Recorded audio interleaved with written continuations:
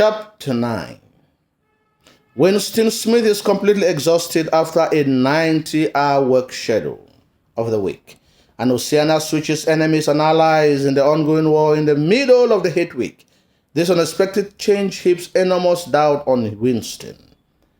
At one of the meetings, the speaker is forced to change his speech halfway through the point out that Oceania has never been and is not at war with Eurasia, where the speaker points out that Oceania is and has always been at war with Eastasia.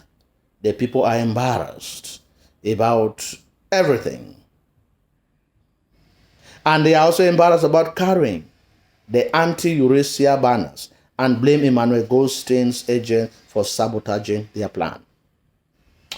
Ironically, this is the hypocritical manner in which Oceania is ruled by its tyrannical ruler. Nevertheless, they turn their anger and hatred towards Eastasia. Winston reads the book and Goldstein's theory of the theory and practice of oligarchical collectivism, given to him by O'Brien. The book is lengthy, with many chapter titles taken from the party slogans, and it traces a theory of social class throughout recent history. High class, middle class, and the low class, the inner party, the outer party, and the pros. According to the manifesto, Eurasia was created when Russia conquered all of Europe, and Oceania was created when the United States absorbed the British Empire. Eastasia is made up of the remaining nations. These nations keep their population preoccupied with a perpetual border war in order to preserve power among the high class. Goldstein stipulates that the war never advances significantly, as no two allied nation can defeat the third.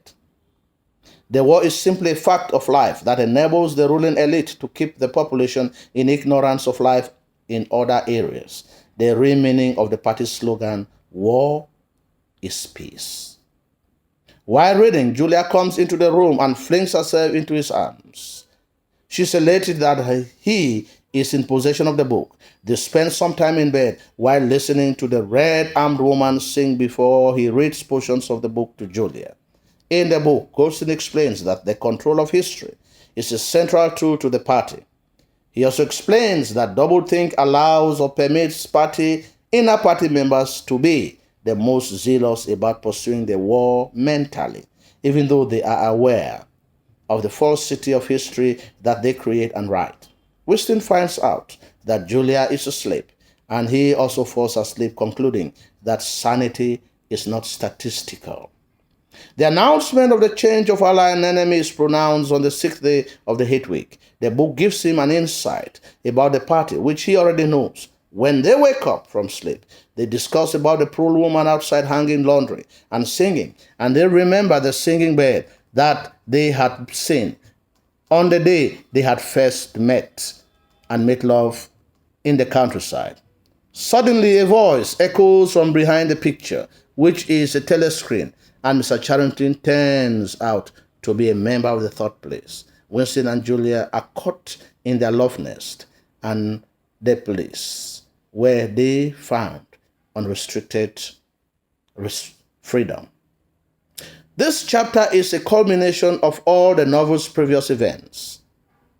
Winston believes that he is now part of the secret brotherhood, and he is proud of his new status.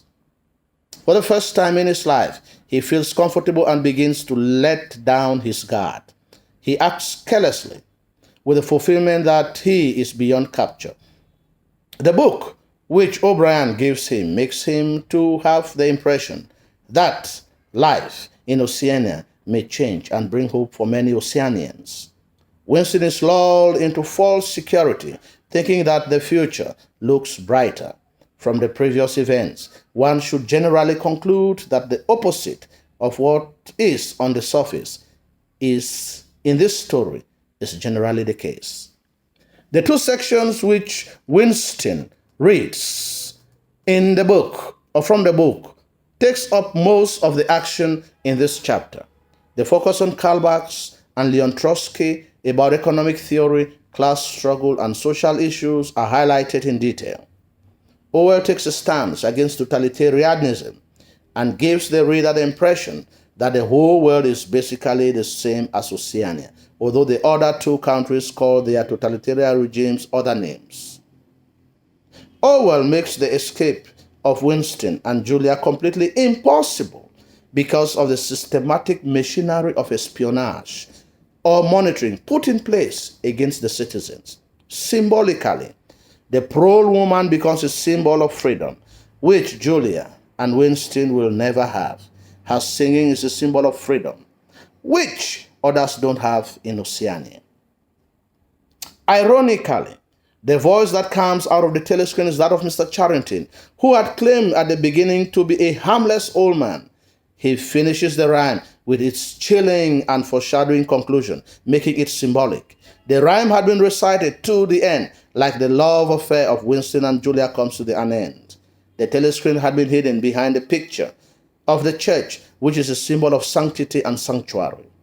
Nevertheless, the church is profane because it is used as a vehicle of surveillance and monitoring, which leads to the capture of Winston and Julia in their love nest. The paperweight returns as a symbol, and it's smashed during the couple's capture. Winston remarks that the coral that was formerly inside the paperweight is actually much smaller outside the glass. The paperweight represents Winston and Julia's relationship, which, like the coral, is revealed or exposed, bare and small, beneath the eye of Big Brother. Neither of the two resist arrest because they are pure products of the society in which they live. They know that they cannot openly struggle against the forces of Big Brother and win. The two lovers are separated, and each is aware of the other's fate.